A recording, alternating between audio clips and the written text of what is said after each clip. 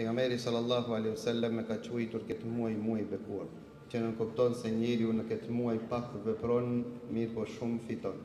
Dhe ky muaj është dhuratë për të gjithë dashamirë që Allahu Azza wa Jall i don dhe ata që dëshirojnë të përmirësojnë raportet e tyre me Zotin e tyre. Mirë po këtë muaj është mirë që ne mos him në ta me teshat punës. Është mirë në ta që të him të pastruar. Ai që hi i pastër me zemër të pastër në këtë muaj, shijon ëmbëlsirën dhe kënaqësinë e këtij muaji.